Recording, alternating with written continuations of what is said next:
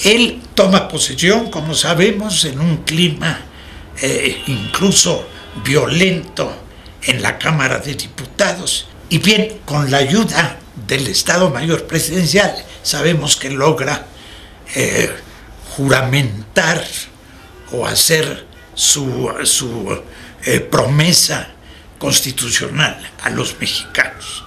Pero claro, de inmediato surgen tremendas dudas, y surgen las tremendas dudas. Me voy a referir a dos casos especiales, pero que son fundamentales de su nuevo gobierno: la designación del secretario de Gobernación y la designación del secretario de Hacienda.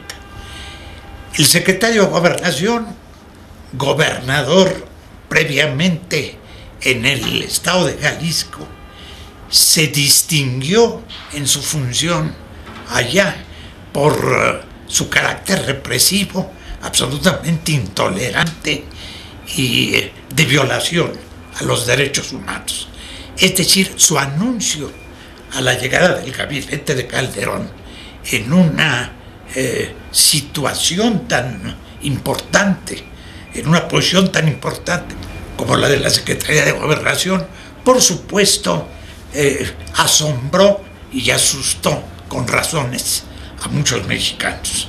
El segundo funcionario que levantó de inmediato mucha preocupación fue el secretario de Hacienda, porque él vino directamente de una subdirección del Fondo Monetario Internacional de Washington a ocuparse de la Secretaría de Hacienda en el gobierno de Felipe Calderón. ¿Qué tenemos en estos primeros días? Tenemos, en primer lugar, que se dieron los primeros presos políticos de un gobierno. Esto ya en el plazo de una semana.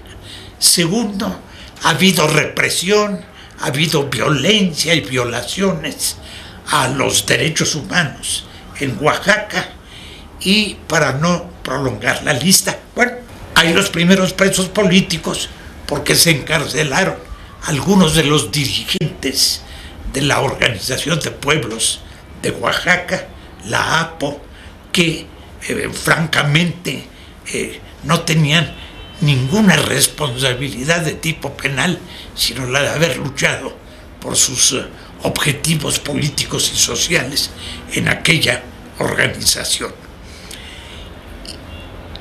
Es decir, aquí vemos la mano inmediata del secretario de Gobernación nuevo actuando, llevando a acuerdo de Calderón actos represivos, violatorios a los derechos humanos, aprendiendo ciudadanos y convirtiéndolos en presos políticos.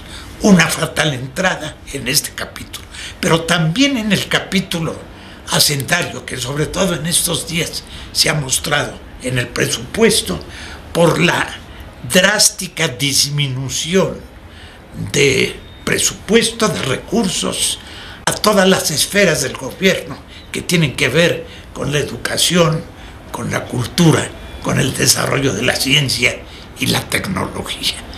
Esto ha tenido la virtud, vamos a decir, de unificar de una manera increíble a muchos mexicanos, incluso legisladores, incluso gentes cercanas al gobierno, que afirman que no es posible, cuando en el mundo entero se considera a la educación y a la cultura y al desarrollo tecnológico como fundamentales en el bienestar, para la prosperidad y para el desarrollo de los pueblos, que se corten, que se eliminen de esa manera. Yo creo que Calderón está simplemente recogiendo los frutos de sus decisiones. Un enviado del Fondo Monetario Internacional, como es el secretario de Hacienda, Carstens, de inmediato vino a proponer a México pues lo que ha sido una obsesión y lo que ha sido la línea política del Fondo Monetario Internacional desde hace muchos años. Es decir, recortar presupuestos a todo lo que signifique inversión social, educativa y cultural. Y ingenuamente Calderón de inmediato cayó en la trampa, si es que podemos llamar trampa, a una decisión, un acuerdo que él tomó. Estamos pues en un panorama que por el lado político y por el lado económico es terriblemente negativo en estos primeros días de Calderón.